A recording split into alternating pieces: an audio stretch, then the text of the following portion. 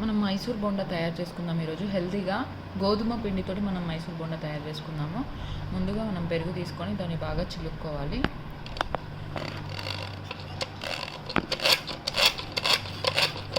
ఇప్పుడు ఇలా అయిపోయిన దాంట్లో మనం కొంచెం వంట సోడా వేసుకొని ఇట్లే చేసుకోవాలి, బాగా బీట్ చేసుకోవాలి. సరే, ఇంకా ఇందాక నేను ఆ బౌల్లో ఎందుకు వేసానంటే కింద పడకూడదు అని అందులో చేశాను. తర్వాత ఇప్పుడు ఆ బౌల్లో నుంచి నేను వేరే దాంట్లో ట్రాన్స్ఫర్ చేసుకున్నాను. ఇప్పుడు వంట సోడా వేసుకొని దీన్ని కూడా బీట్ చేసుకోవాలి.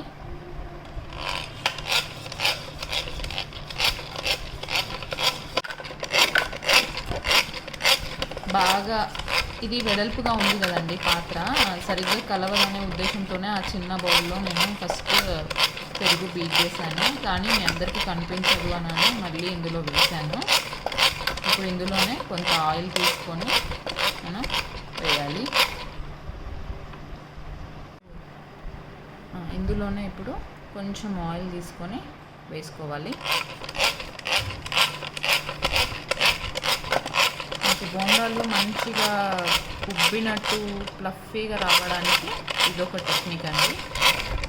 చూడండి ఎంత మంచిగా అది బబుల్స్ ఎంత మంచిగా మనం పెరుగుని మనం బీట్ చేస్తామో, సోడా తర్వాత ఆయిల్ వేసి అప్పుడు అంత మంచి బోండాలు మనం చూడగలుగుతాం, తినగలుగుతాం. ఏ బౌల్ తోటి అయితే మనం పెరుగు తీసుకున్నామో అదే బౌల్ తోటి నేను ఇప్పుడు పిండి తీసుకుంటున్నా. గోధుమ పిండి తీసుకొని ఇందులో వేసుకొని ఇప్పుడు మనం దీని మీద వేడి నీళ్ళు యాడ్ చేద్దాం. ఇది ఫస్ట్ మనం కొంచెం కలుపుకున్నాము.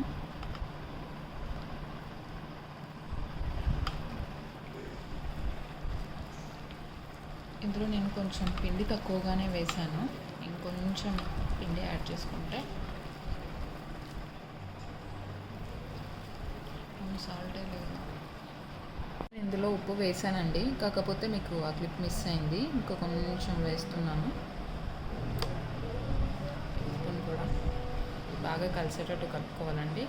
అయితే ఇందులో నేను నీళ్ళు ఆల్రెడీ నేను వెయిట్ చేసుకొని పెట్టుకున్నానండి. ఇంకొంచెం ఇది పిండి మనకి ఎట్లా బోండాకి ఎలా వేసుకోవాలో రావాలి కదా, వేడి నీళ్ళు పోసుకుంటూ కొంచెం కొంచెంగా కలుపుకోవాలండి. ఒకేసారి వేడి నీళ్ళు పోసేస్తే మొత్తం ఇది లూజ్ అయిపోయి మనకి బోండా అనేది రాదండి. అందుకోసం మనం జాగ్రత్తగా కొంచెం కొంచెం వేసుకుంటూ కలుపుకోవాలండి.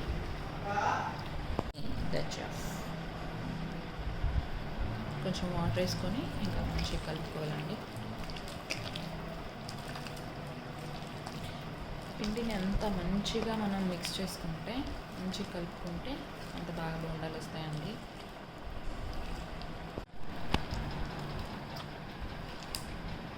బాగా కలుపుకోవాలండి. దీన్ని అంతా బాగా కలుపుకుంటే ఒక 5-6 మినిట్స్ దీన్ని బాగా మసాజ్ చేస్తే దీని లోపల ఫ్లఫీనెస్ అప్పుడు మనకి ఈజీగా బోండాలు అనేటివి పొందుతాయి. చూడండి ఫైనల్గా ఇట్లా అయిపోయింది. అంత మంచిగా కలుపుకున్న తర్వాత మన కన్సిస్టెన్సీ చూస్తే మనకి ఇదిగో పిండిని ఇలా పట్టుకొని ఇలా వేస్తూ ఉంటే ఇట్లా పడిపోవాలండి.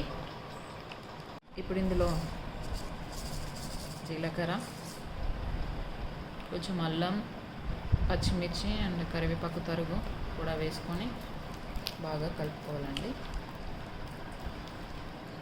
కలుపుకొని దీన్ని నేను ఓవర్ నైట్ నానబెడుతున్నానండి. రేపు చేయడానికి నేను ఈరోజే ఇది ప్రిపేర్ చేసుకున్నానండి.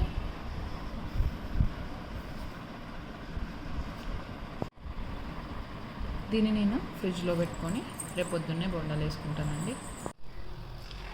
ఇంకొకటిగా బోండాలు పెట్టిన అందులో వేసుకోండి.